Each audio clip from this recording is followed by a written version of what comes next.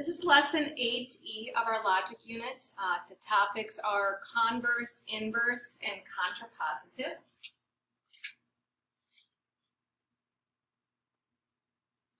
Our first definition is converse.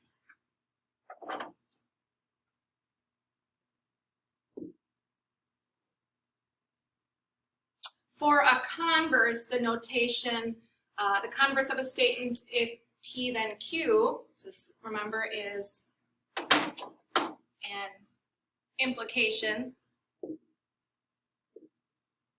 right here, then the converse is the opposite order.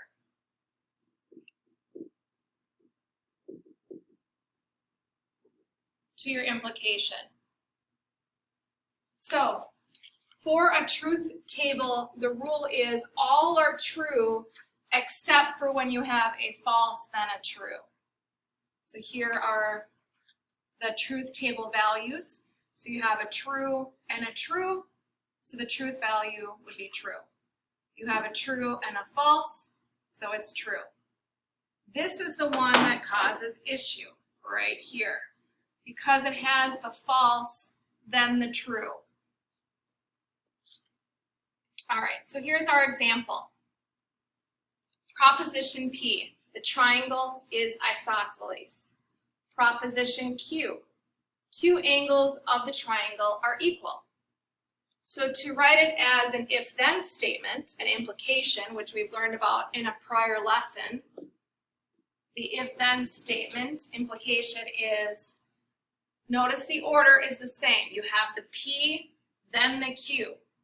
So if the triangle is isosceles, then the two angles are equal. So you have proposition P, then proposition Q.